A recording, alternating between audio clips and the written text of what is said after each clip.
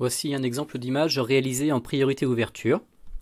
Donc nous étions à Belle-Île, c'était l'après-midi, un grand soleil, et avec cette image je voulais raconter une histoire de mon petit garçon là qui souhaiterait éventuellement accéder à cette île.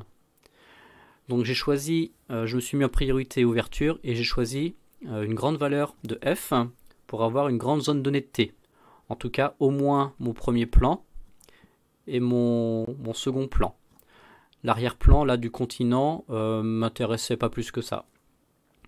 Donc j'ai fermé mon diaphragme à f16. Je me suis mis ISO les plus bas possibles, ISO 100, et c'est l'appareil photo qui lui a choisi le temps de pause.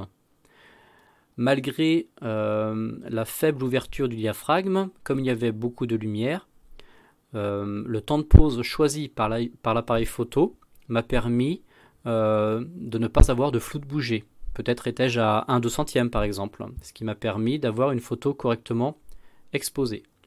S'il y avait eu moins de lumière, peut-être que l'appareil photo aurait choisi un temps de pause plus long, et là il aurait fallu veiller à ne pas avoir de flou de bouger, voire utiliser un trépied par exemple.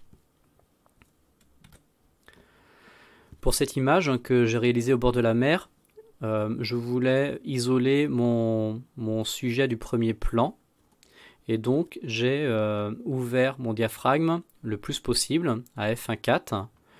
C'est peut-être un petit peu trop ouvert à mon goût, j'aurais peut-être pu fermer un petit peu pour que ma zone de netteté soit un petit peu plus longue et ainsi avoir mon sujet net du départ jusqu'à la fin.